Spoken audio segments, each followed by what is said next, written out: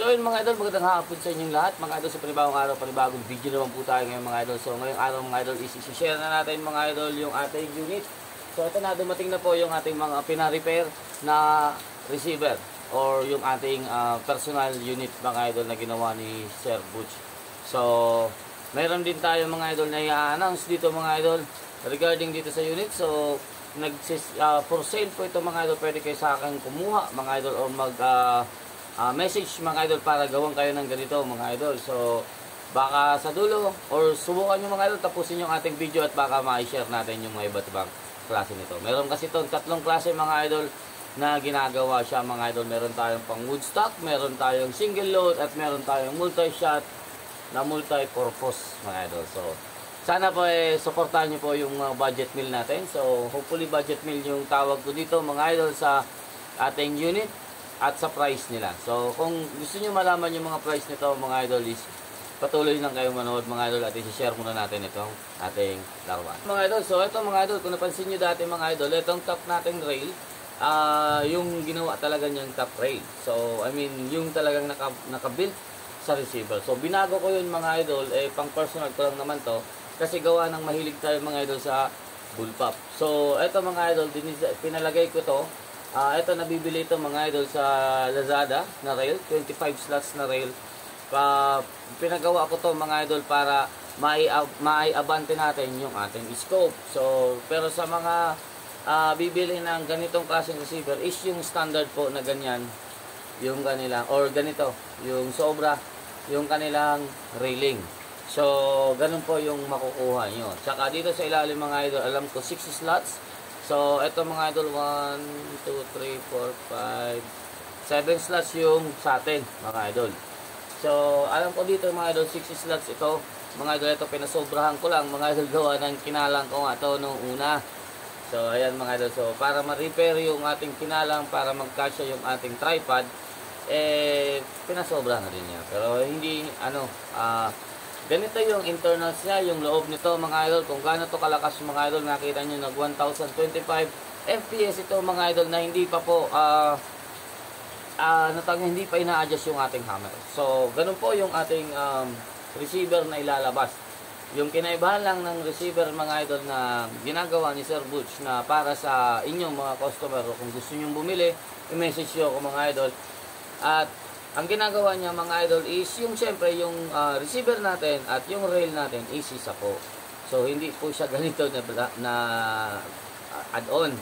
Ganyan. So eto mga idol is sa atin lang. So ganun yung ginagawa niya. And mostly mga idol yung ginawa niya, nakita nyo dati is meron siya parang plenum dito. Yung nag-ibang tanong sa akin, plenum ba yun? So hindi po yun plenum. Ang ginawa niya kasi doon mga idol is para hindi po tayo kasi minsan pag linagay niyang ganito yung ating lalagyan ng regulator is hindi po angkop o hindi tama yung ating mga gauge, mga ganon. So minsan nandito yung ating fill port, so ganon nangyayari. So ang ginawa niya ganon mga idol, para kung in kaso man na hindi align, yun yung tatabasan mo, hindi po yung receiver. So nasa inyong option po yan. Kung gusto niyo ganito sa akin mga idol, meron atang add-ons kung halimbawa sabay na yung regulator.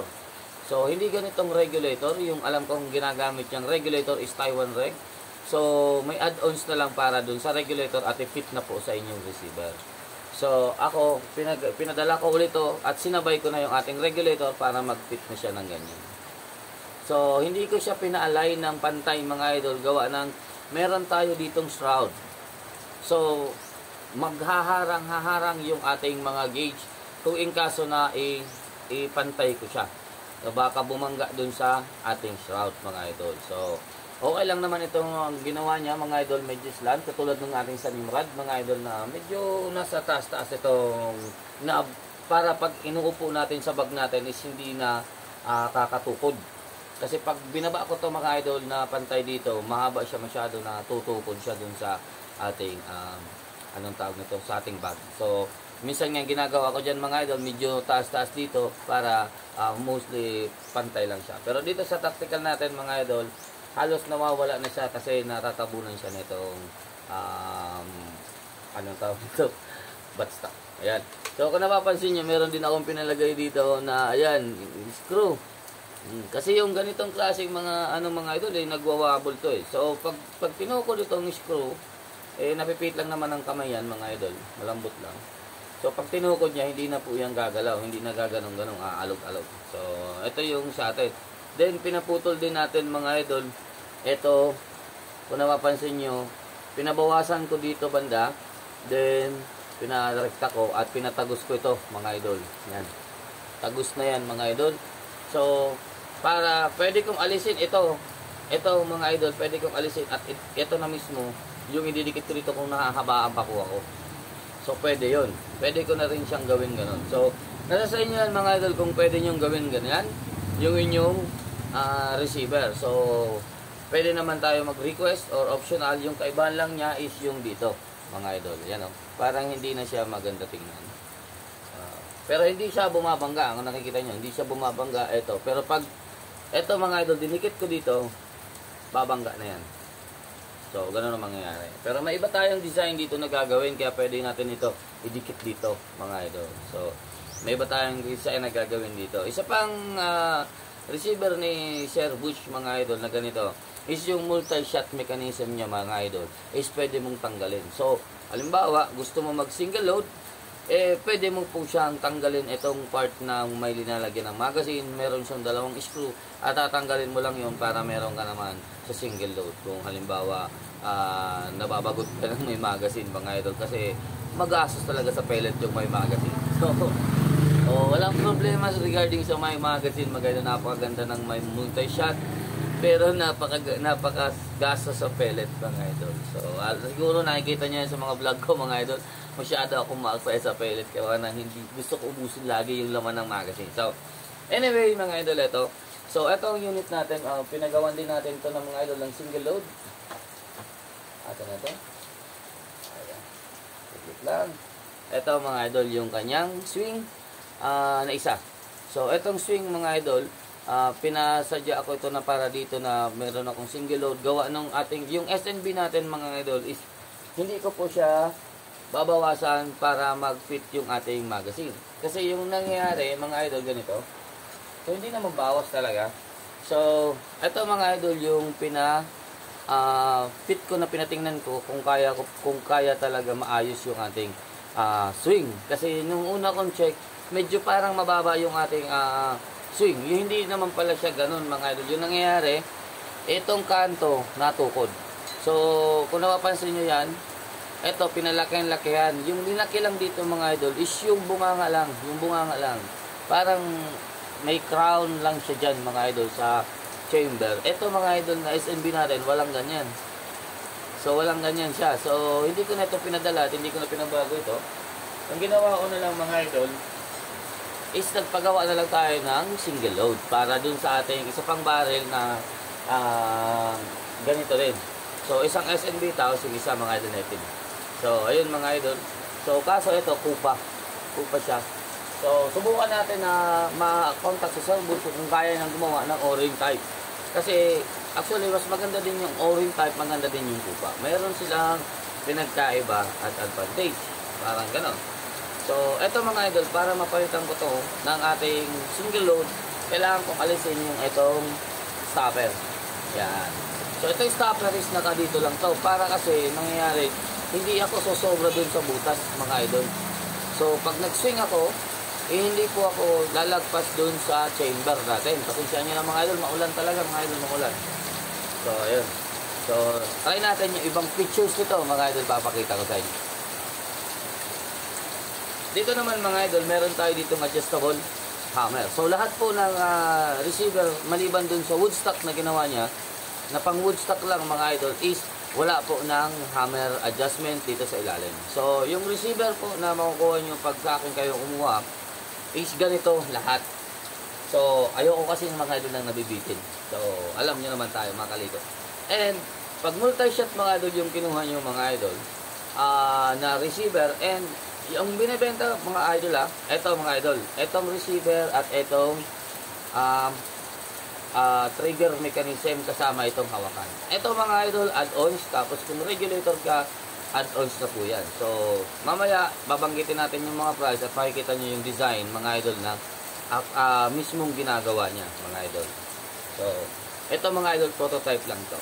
Doon mga idol, sa may multi-shot receiver, mga idol, is mayroong ganito.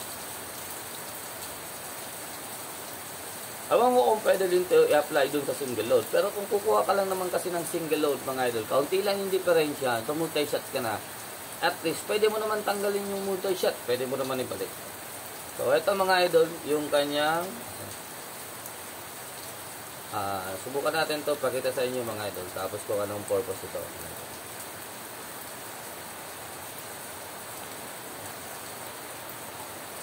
Dito mo atras. Hindi na ito. Yun. Hulog. Ito mga idol na ating trigger mechanism, pwede natin yan, yung trigger guard pala at trigger handle, pwede natin tanggalin yan na buo. Ayan. So, hindi mo na kailangan tanggalin yung plastic. Ayan. Nakikita nyo na yung nakikita ko mga idol. So, napakadali mo na siyang ilagay mga idol sa kahoy. Kung gusto mo na may simpleng wood stock ka, kasi yung design ko dito na gagawin mga idol, is kakalangan ko to ng kahoy hanggang dito lang. Hanggang dito lang na kahoy sa may handle. Tapos ganito pa rin yung kanyang buttstock para folding pa rin siya.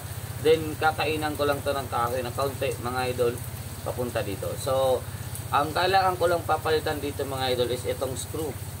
Itong screw na yan. So, itong screw mga idol na yan is ito yung tatanggal ng ating trigger mechanism. So, kailangan ko lang siyang palitan ng mahaba para makain niya yung ating wood stock. So, yung wood stock natin na gagawin dito mga idol is hanggang dito siguro sa mga around malapit sa kalahati ng ating tank mga idol. So, pero manipis lang yung trip ko mga idol. So, ito nga pala mga idol is adjustable trigger pull din to mga idol. So, pwede natin i-adjust yung tigas at lambot ng ating trigger dito. So, kung sa inyo, sa tingin nyo mga idol is masyadong matigas, pwede nyo lambutan. Kung sa tingin nyo masyadong malambot, pwede nyo tigisan mga idol. So, dito naman meron tayong adjustable hammer. So, yan.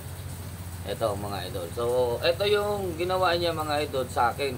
Pinaputol ko kasi. Meron to mga idol na mahaba kasi yan eh. Mahaba yan mga idol. Halos makikita mo yan dito banda. Halos mahawakan mo kung gusto mo mga idol. Or pwede ko naman to palitan ng screw. Kasi screw lang naman ito mga idol na pinutol yung kanyang head. So, ayan. So, na-adjust ko nga palabas eh. So, ayan. So, anyways, ito yung kanyang adjustable hammer. So, ito mga idol, gagawin ko pa ito ng kanyang set screw dito. Kasi, ito mga idol, hindi ko pinagalaw sa kanya kasi ibabalance ko kasi yung ating hammer dito sa haba. Kasi, ito yung dati niyang spring assembly or yung lalagyan ng spring niyang dati na dinirekta lang dito sa ating trigger mechanism. So, iba yung haba nito dun sa dapat na maging haba niya. So, sa mga lumabas na item na ganito mga idol, mas mahaba na mahaba na ng konti ito. Kaya na-adjust na siya. So, tapos fit na siya dito. Pag sinagad mo yung ganyan, i-fit na siya. Ito mga idol, pag sinagad mo itong ganyan, hindi mo ito makikasa. Yan. Hindi mo yan makikasa. Kaya, kailangan ko pang sukatin at estimate kung hanggang saan yung haba nito and saka ko lalagyan siya ng lock screw. Kasi gusto ko makita yung bigwas muna na unit natin sa ganong klaseng setup. So, kaya ganyan yan mga idol. So, meron pa naman pero sa unit na lang natin ito mga idol. Diyan. Pag binabaan ko to, lalambot ito. Yan. Ayan o. Parang hindi na nga siya nakatukot mga idol.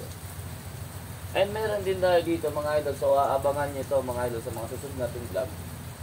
Meron din tayo dito mga idol isang hammer. Ito yung hammer na ginamit natin mga idol na nag 1025 fps. Kung mapapansin nyo, mas mataas ito dito mga idol. Mas mataas at mas malaki ito kaysa dito. So, mangyayari niyan, titingnan natin kung syempre may additional weight yon or bigat, makikita natin siguro sa ibang vlog na kung gaano kalakas yung kaya naman nung itong maliit doon sa malaki. So, para ma-balance natin yung ating putok mga idol. So, kasi ang bala ko dito, lalambutan ko yung mga spring nito sa hammer. So, ayan mga idol. So, tanggalin natin para makita nyo mga idol yung ating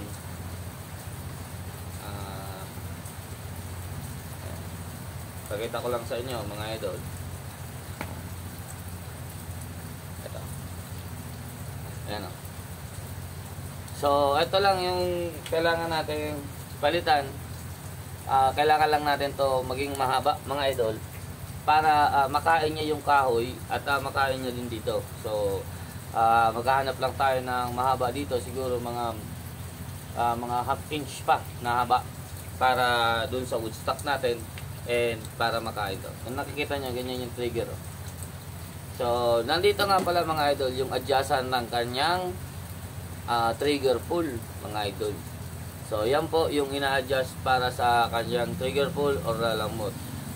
Para sa akin mga idol, hindi ko pa siya na-test kung papunta dito yung pampalambot or pampapunta dito yung pampatigas. So, hindi ko pa natitest, kaya hindi ko pa alam kung saan banda yung kanyang ikot mga idol. Anyway mga idol, pag madali lang naman yung kalikutin at napaka-easy ng mechanism nito mga idol. Tapos, ang isang kagandahan sa ganitong klaseng receiver mga idol is kakaunti na lang yung o-ring natin. So, dalawa lang yung o-ring natin dito mga idol na major or yung talagang kailangan natin ng o-ring is yung o-ring dito sa ating regulator.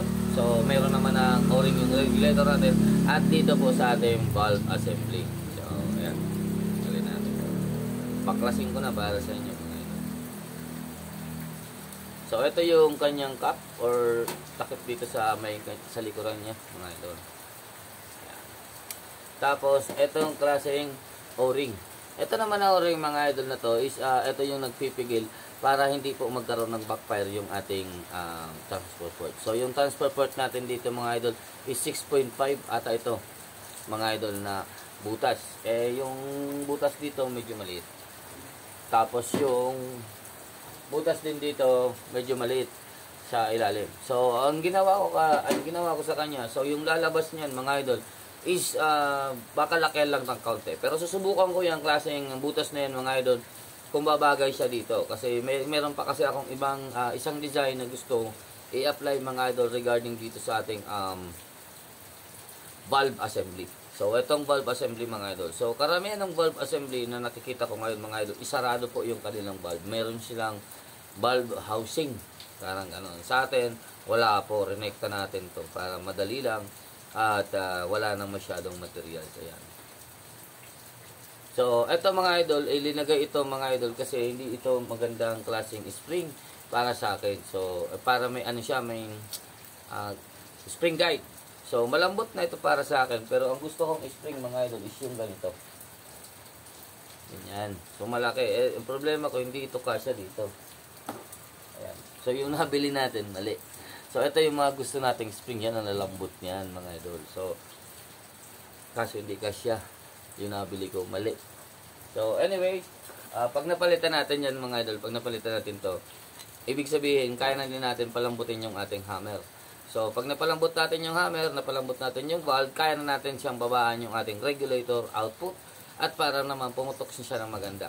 So, ito kasi mga idol, sa Mizumi na hammer spring, yung nangyayari sa kanya mga idol is, kailangan mong mataas yung inyong output mga idol, like 1.5 patas para hindi po siya sumabay dun pag pinalo siya ng hammer. So, kaya nga ito, kung napansin niyo mga idol, yung pinagawa ko, is hindi ko pa po siya pinalapat. Kasi, yung gusto ko dito mga idol is mabalance ko na ayaw ko ng may persa ito na tutuko dun sa ating valve. So, gusto ko dito mga idol is pag naglagyan na to ng set screw naman is okay naman ito.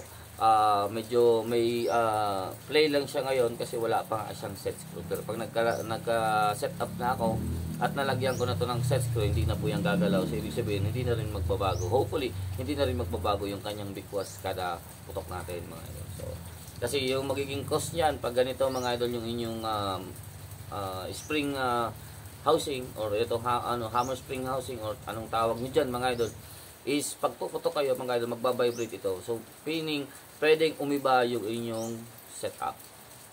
hindi natin yung gusto. So, gagawan ko to ng lock screw na tatagusin itong mismong housing na to at kakainin niya para wala talaga siyang galawan. Hindi siya iikot, hindi siya gano'n. So, para malagay ko lang siya dyan permis. O, dyan lang talaga siya. So, gagawa natin yan ng paraan mga idol. Mamaya. So, ayan. Yan ang kakalikutin natin ngayon. Ayan. So, ito yung ating assembly. Ayan. So, para may karga natin ito, mga idol, is kailangan natin, palitan itong, alisin itong screw na to. Maalis ito, mga idol, pag natanggal natin itong valve and long nose. So, may thread ito, mga idol. So, hindi ito nakasalpak. So, may thread yan, mga idol. Bangga siya kasi dito, mga idol. Yan. Bangga. Sa ilalim, hindi. Pero sa gilid, mga idol, bangga. Yan. So, hindi siya naka-design. Hindi ito naka-design para dyan, mga idol. So, naka-design ito, mga idol, para dun mismo sa buong hammer assembly. Yan. So, anyways, maganda pa naman ito. Tapos, kailangan lang natin lakihan yung dito lang sa unit ko to. Sa unit ko lang ito, mga idol. Kasi, magkaiba yung itong butas nito. Tsaka, yung butas nito. Ito kasi, CNC made. Kaya nagawa ito, mga idol, ng pino. So, na 0-0 ito sa 19 mm. So, pag sa torno, mga idol, or drill, so, medyo may slight difference, mga idol. Kaya, medyo maluwag siya ng kaunti. Pero, kaya dalhin, mga idol, ng o-ring. So, kailangan lang natin lakihan itong o-ring. Sa akin lang to. Kasi yung lalabas, mga idol, na unit na ganito, is dito, ito na yung fit niya dyan. So, ito na fit na to, mga idol. Then, ito, ganito din yung kanyang may magazine. Dito, mga idol. So, ayan, bibigyan ko kayo ng photo ng example, mga idol, ng may magazine. Ng unit na multi-shot na ganitong klaseng receiver, mga idol. So, yan po ang receiver na yan, mga idol, is nagkakalaga po yan ng 17,500. So, yung receiver po and trigger mechanism assembly, trigger assembly po is nagkahalaga po ng kanyang anong tawag nito? Ng 17,500 po. So, message lang mga ako, mga idol. And meron din yung isang klase naman na receiver na wala pong multi-shot is 15.5. So,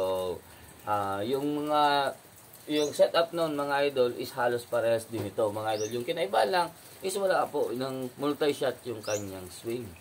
So, kung napapansin nyo, konti lang naman diferensya ng multi-shot, mga idol, sa wala. Tapos, yung isa naman na yan, mga idol, is 11.5 po yan. Pang wood stock. Yung design niya, mga idol. So, ba't ka pa kukuha ng ganyan, mga idol? Pwede ka naman kumuha nung may multi-shot na single load, pwede din pang wood stock. So, itong unit na to, mga idol, ganito yung kanyang 17.5, mga idol, na diskarte. So, yung ang trigger assembly niya, mga idol, is compatible din po ang wood stock. So, yung trigger assembly niya, ganito na yung diskarte. So, yung iba, yung isa, mga idol, is hindi po natatanggal yung kanyang yan. Kung napapansin kung gaano lang kalambot, mga idol, ibalik. Ito. So, para natin ibalik yan, salpak mo dito. Tapos ito, mga idol, kalabit mo lang ganyan. Una. So, napakadali na. So, ganito po yung anyang item ng 17,500. So, yung mga kuha nyo sa 17,500, mga idol, meron kayo ditong rail. Meron kayo under rail. Pwedeng salpak na sa regulator or yung patulad ng nauna ko na parang may extra plenum. Pero dagdag power din yun, mga idol, sa mga naghahanap. At hindi naman problema yung haba, mga idol. Ako, problema ko kasi yung haba. Then, ganito po kasi yung kanyang likod. At yung kanyang kabitan ng kanyang itong kabitan ng kanyang folding, mga idol. So, kung magpapa-add-ons kayo, sabay na regulator at sabay na ito, mga idol, meron ding add-ons, mga idol. Regarding sa price ng add-on, hindi ko pa po alam yung hindi kami pinag-usapan yung kanyang add-ons ng naglalagay ng ganito, mga idol. Pero nag-iisip kasi kami ng bagong design, mga idol. Gusto ko mag-share sa kanya ulit ng bagong design ng folding. So, ayoko ng ganito, mga idol. Ito kasi nabibili lang sa Lazada. Tapos, ayun nga, maalog. So, pwedeng itong folding mechanism lang yung papalitan.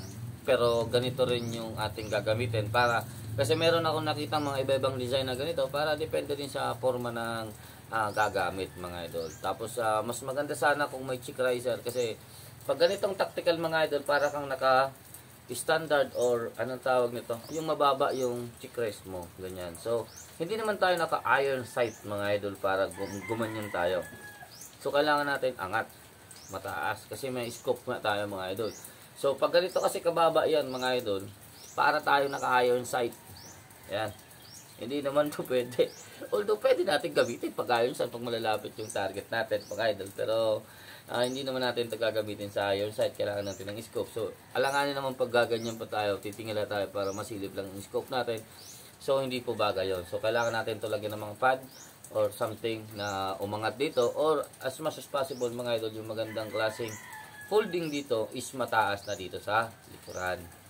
So, may nakita ako na design ng mga ganong klaseng folding stock, mga idol, sa JBC.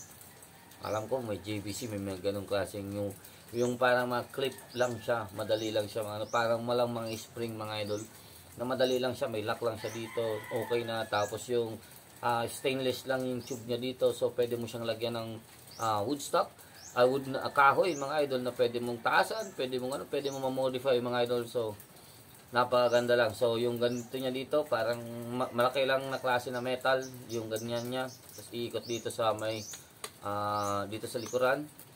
So meron din siyang rubber pad. So mga ganun mga idol. So ewan ko, may nakita ko parang ganito. Kaso pag dinikit natin yan dito mga idol sa ating hawakan or dito sa handle, baka maharangan yung ating adjustable hammer.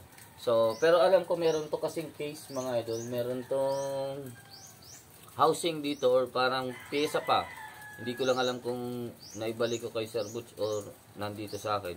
Meron tong pyesa pa dito mga idol na anong tawag nito, na pwede natin yun kabitan ng pag-swing. So ayun, yun lang naman siguro mga idol yung mga bago natin dito. So sa mga may katanungan dyan mga idol at sa may interesado ng unit mga idol, so pwede nyo akong PM mga idol, lalagay ko sa description box yung ating Facebook page mga idol para ma-message nyo ako mga idol kung gusto nyo mag purchase or mag-avail ng ganito mga idol. Yung sabi sa akin ni Maker mga idol is mayroon tayong down payment na non-refundable na 4K. So para sure buyer po yung ating makukuha.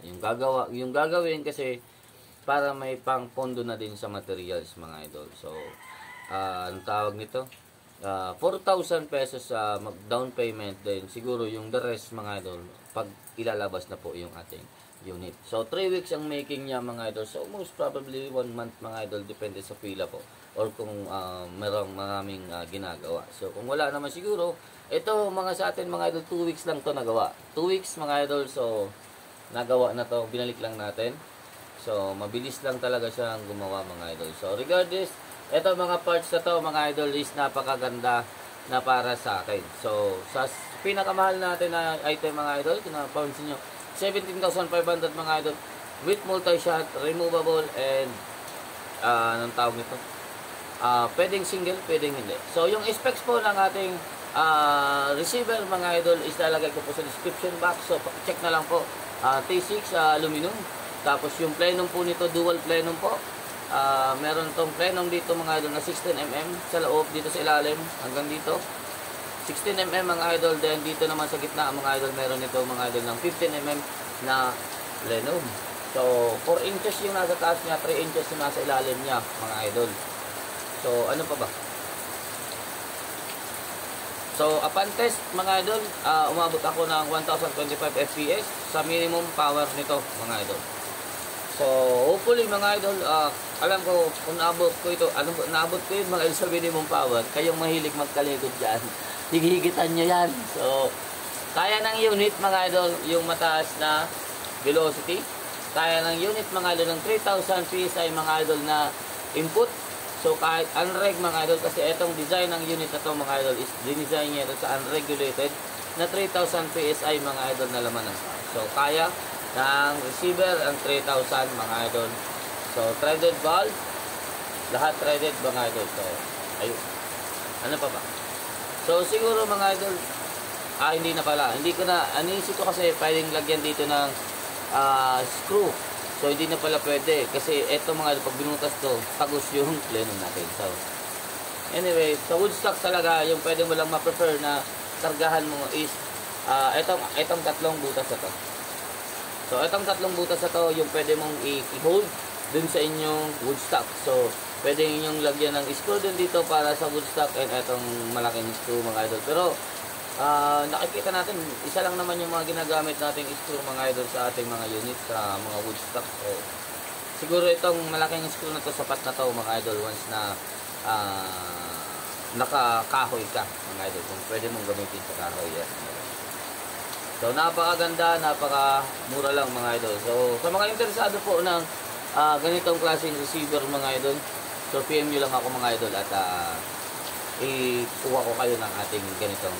So, bago natin ilalabas syempre yung ating receiver, so hopefully, pero kung malapit kayo sa maker mga idol, isi-recta na natin sa inyo, galing sa maker siguro, or gadaan muna sa akin para matest natin yung inyong unit mga idol. So, mas maganda siguro yun kahit at least mag-shipping fee para sa unit mga idol. At least dito mga idol sa akin, matitest natin yung unit and gusto ko nga palagyan ng kahit anong serial man lang para may palatandaan tayo na at least kung sa inyo yung unit, at least alam nyo ng numero o ganun lang mga idol.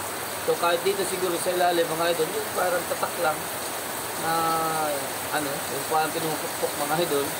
So para hindi naman ang tawag na to, hindi pansinin ba? Dito lang sa ilalim, pwede na yan. Or kasi pag inalis natin itong trigger mechanism, pwedeng ilipat kasi. So dito na lang sa receiver mismo mga idol. Dito sa ilalim, pwede na siguro yan. So magre-request tayo niyan kay Sir Butch para sa at least yung unit nyo, kung may serial man, at least alam nyo na sa inyo mga idol. So para pag tinest natin mga idol, madali natin siyang maalaman kung ano ang kanyang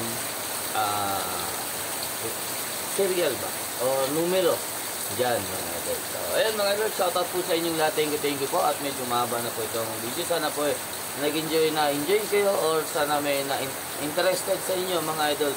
Kaya PM nyo lang ako mga idol. Thank you po sa inyo lahat. So ayan, bagong unit natin mga idol, bagong setup. Ang dami ng binago no. Ayan, meron pa tayo dito mga idol na i-share sa ibang video. Ito,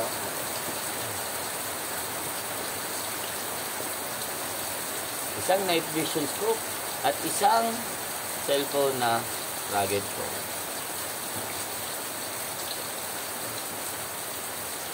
Thank you. Nga dito lang. Take care. God bless.